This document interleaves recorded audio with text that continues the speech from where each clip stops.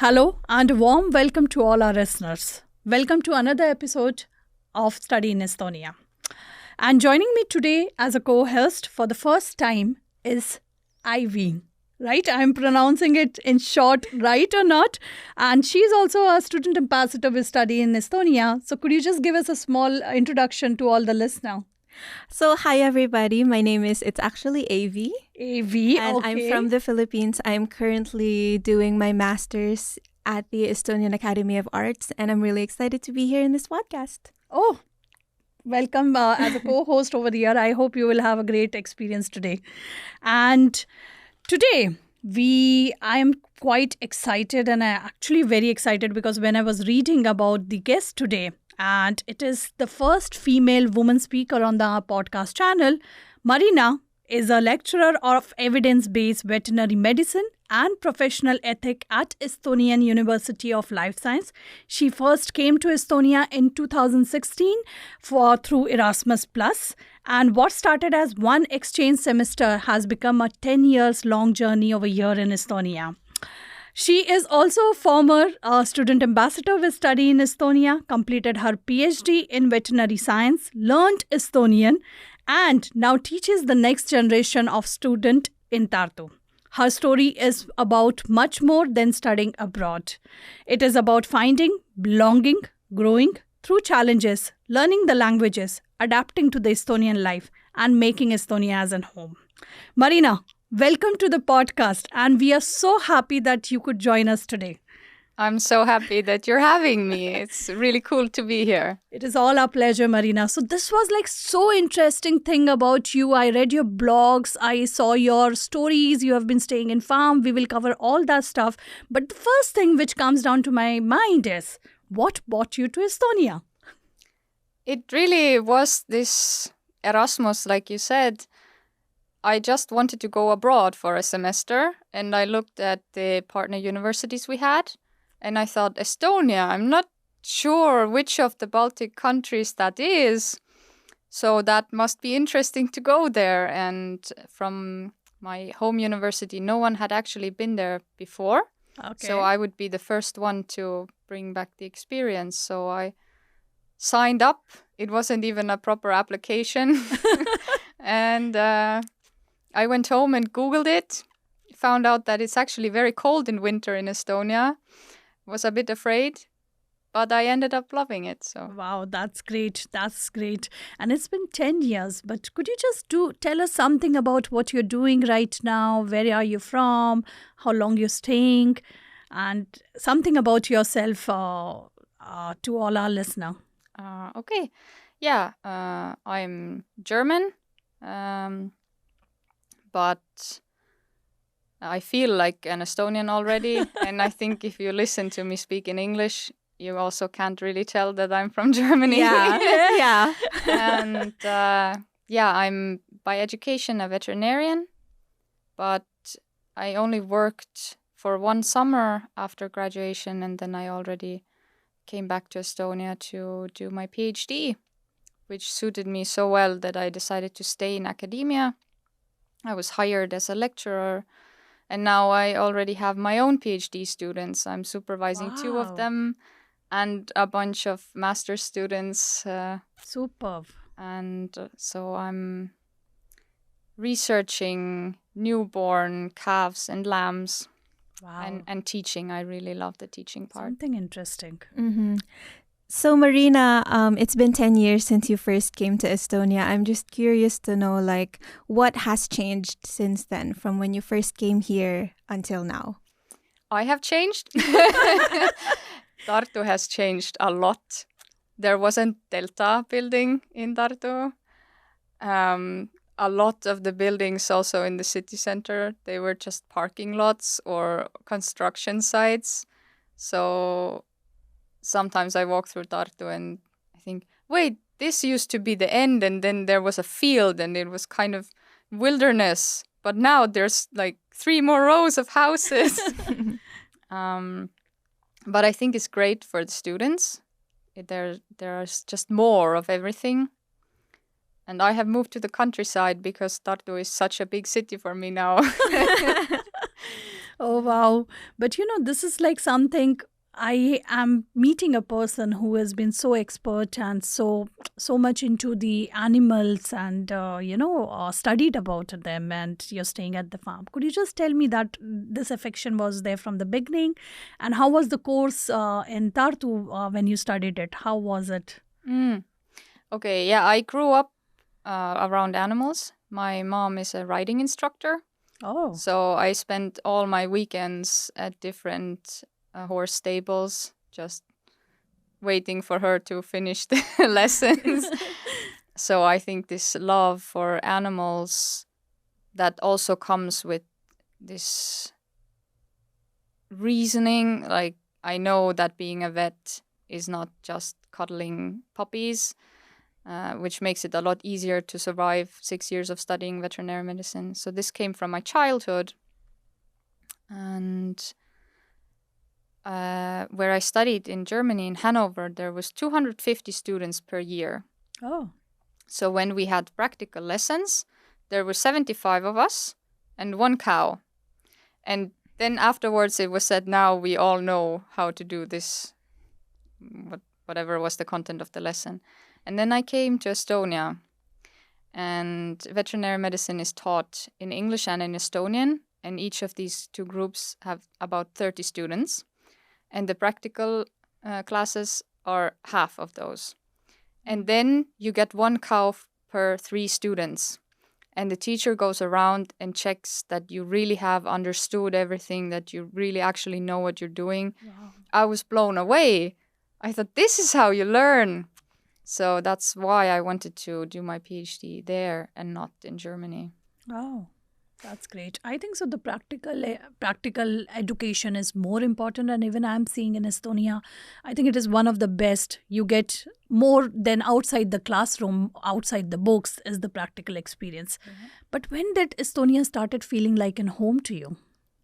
Probably when I actually moved here permanently and started to find a family.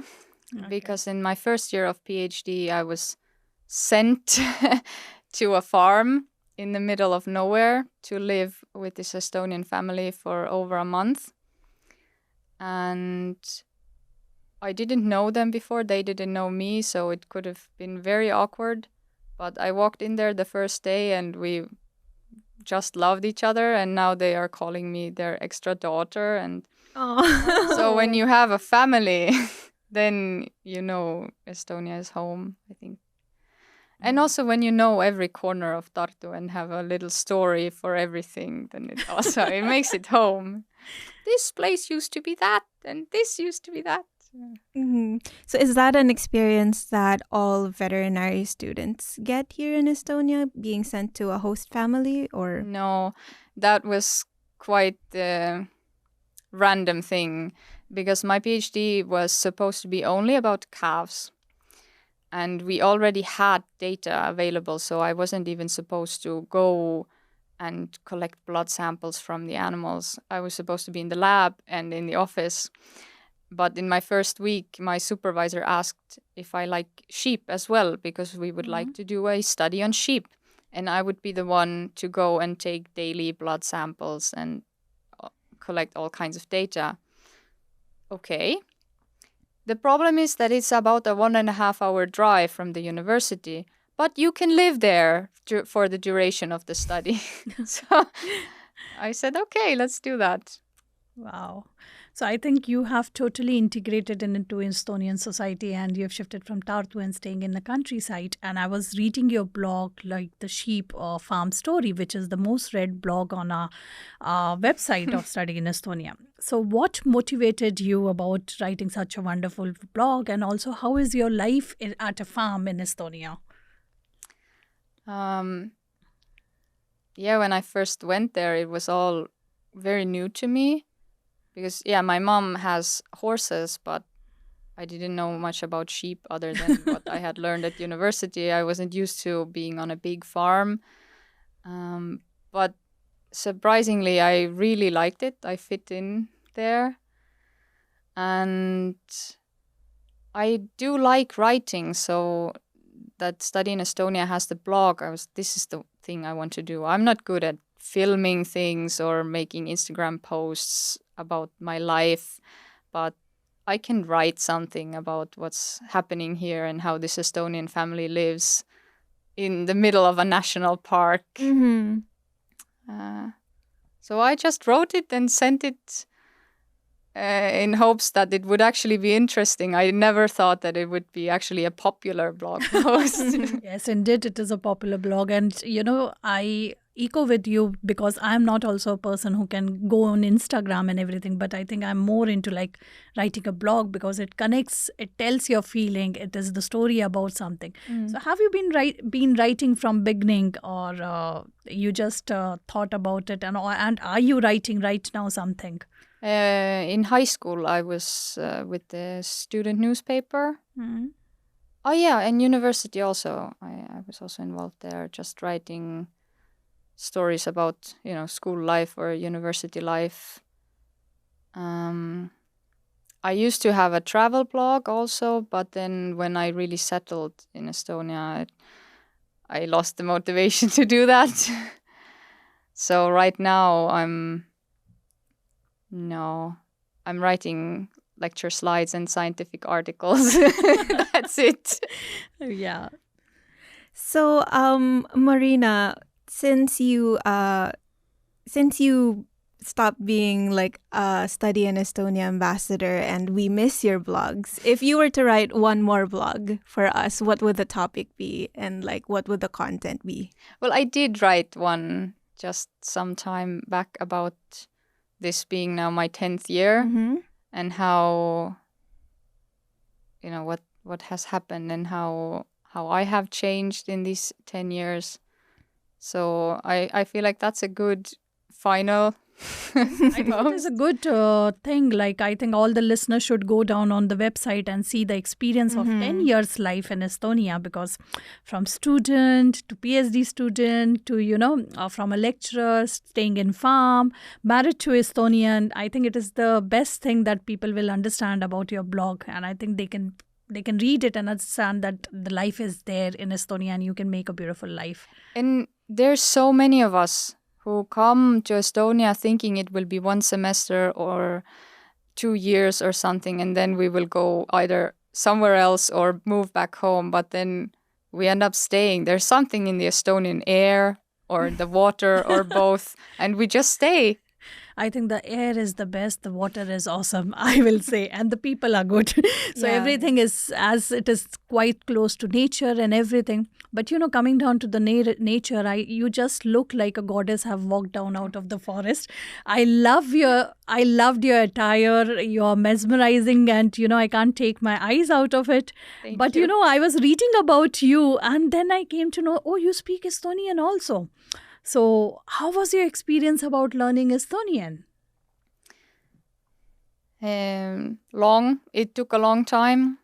During the Erasmus semester, I had this course that most of us do, where I learned some basic pronunciation and then basic sentences.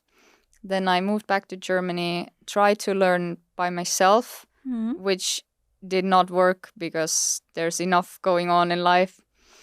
And then I actually, on one of my trips to Estonia, I sat next to a really interesting lady on the plane who was Estonian but was quite talkative.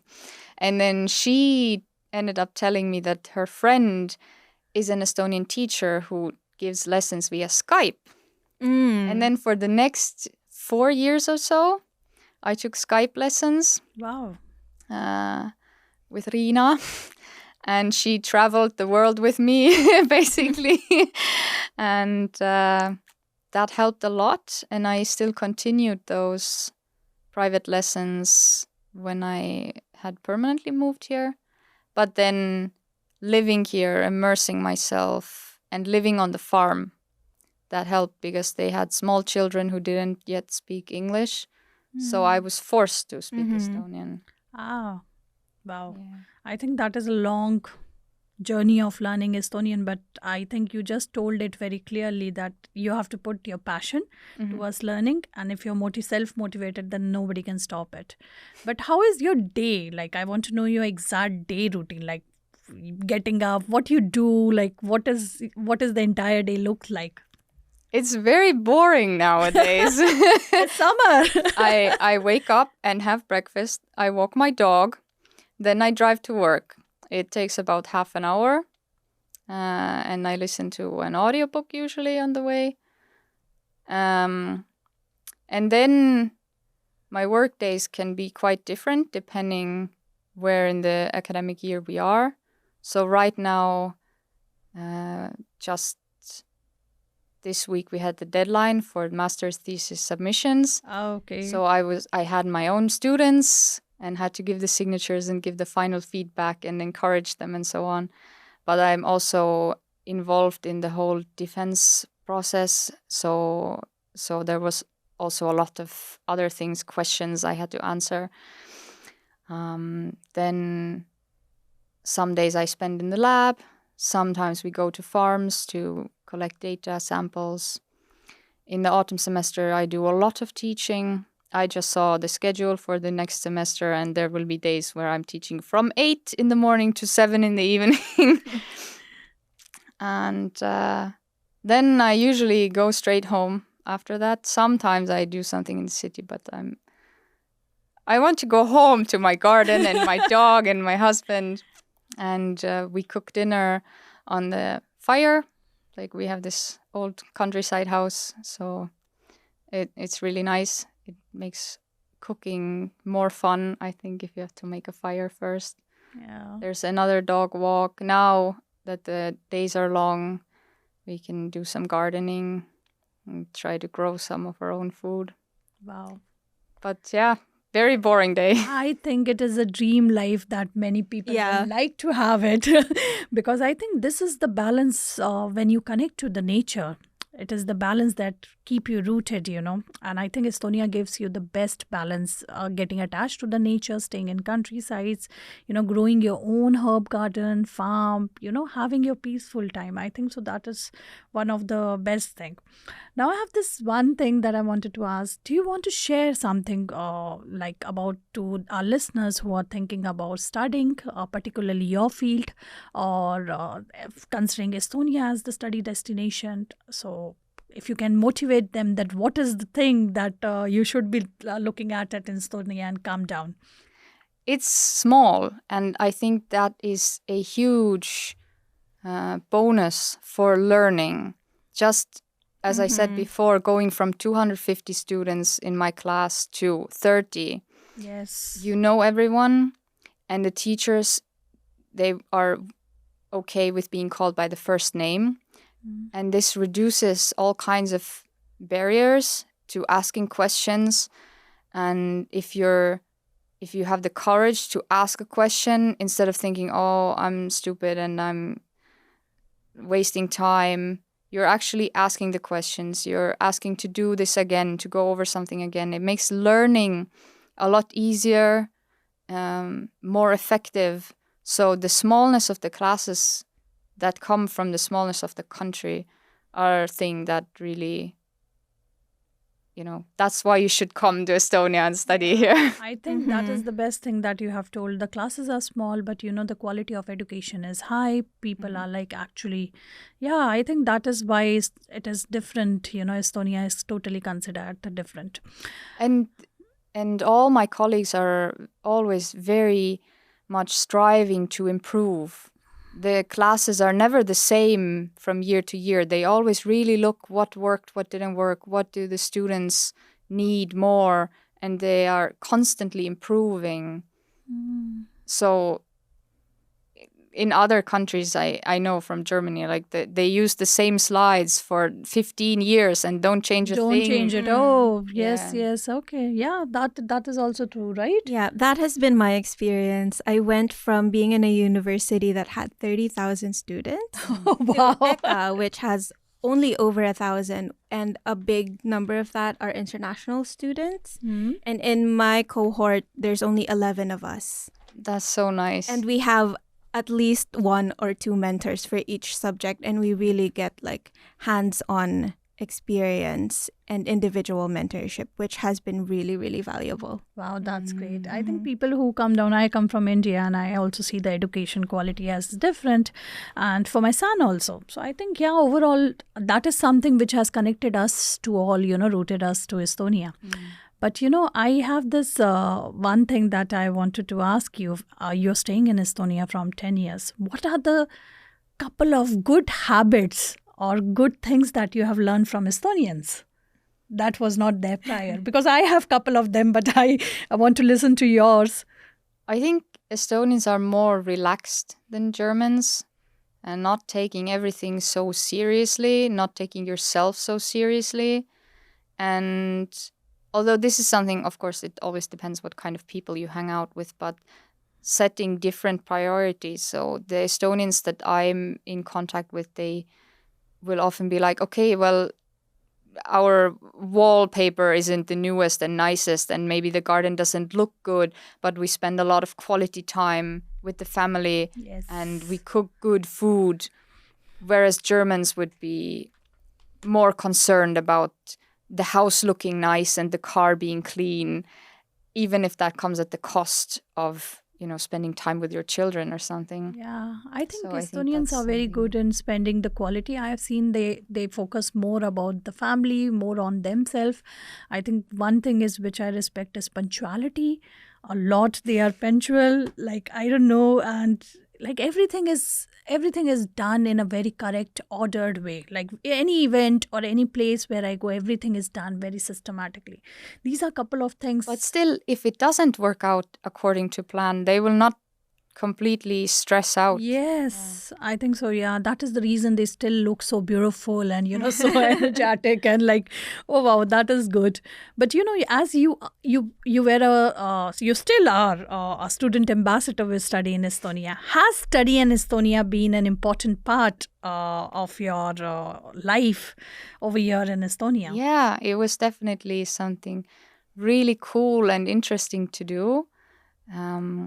And because I was in this small bubble of veterinary people before, then studying in Estonia got me to meet people from other countries, other Wow, cultures, yeah. and other specialties. And of course, I learned new skills. We had this photography workshop in the bog, which was really cool. And I still sometimes look at those pictures. Wow. And still I've been not active as an ambassador for quite some time, but still Study in Estonia will contact me for this or that, and I'm still in the group chat and seeing what's happening and what others are doing, and also seeing how Study in Estonia has grown. Yes. We didn't have a podcast. We didn't have a TikTok when I started. There was a blog and there was Instagram, but also Instagram was not very active. Yes, actually it has So- grown. Like I'm seeing like the team is so good. The people are putting so much effort because Yeah. that is the medium to show everyone that Estonia is the best place to come down. And these were certain questions that I wanted to ask you. But there is always a kind of a trend, or I'll say a kind of a habit that we do with the person who comes down as a guest is a rapid fire round. So it goes like this. I will ask you random questions and you have to just answer in one word for the first time what comes to your mind. Okay. So are you ready? I don't know. Let's see. Of course you are ready. So just one word. Estonia in one word. Calm. Okay. Tartu in one word. Welcoming. Okay. Erasmus life or PhD life?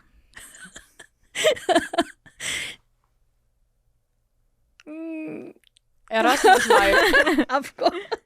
Teaching or research? Teaching. Forest or bog?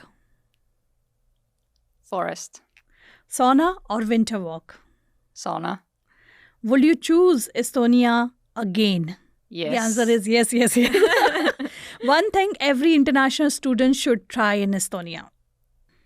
Mushroom hunting. Okay. Your favorite Estonian food? potato salad. Wow. You did quite well. Congratulations. Yeah. That was like all the answers where I think people got an idea about in short answers, what exactly Estonia is Yeah. about. Very concise answers. But yes, I have heard about that.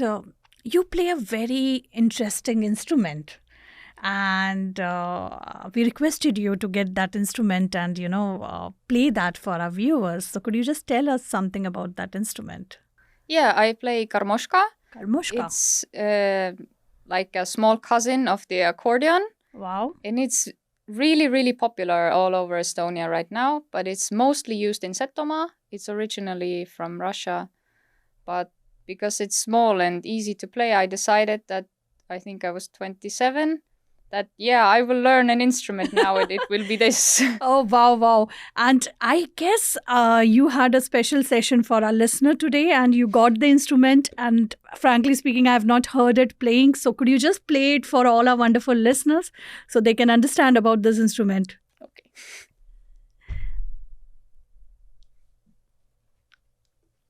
Oh, wow. It's quite handy.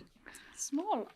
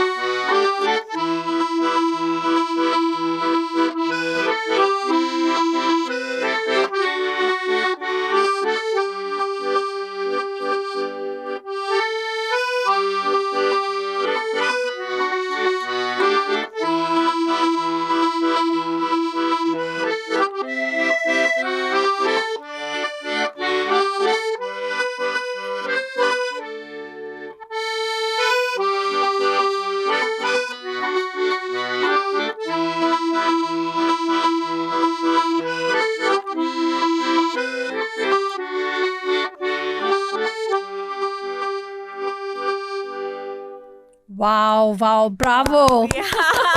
That's was so so lovely. awesome. That's Yeah. so awesome. I think you motivated me to learn an instrument now. Great. Thank you for playing for us. Well, Marina, thank you so much for joining us today and sharing your experiences, sharing your unique talent and perspective to us and to all of our listeners.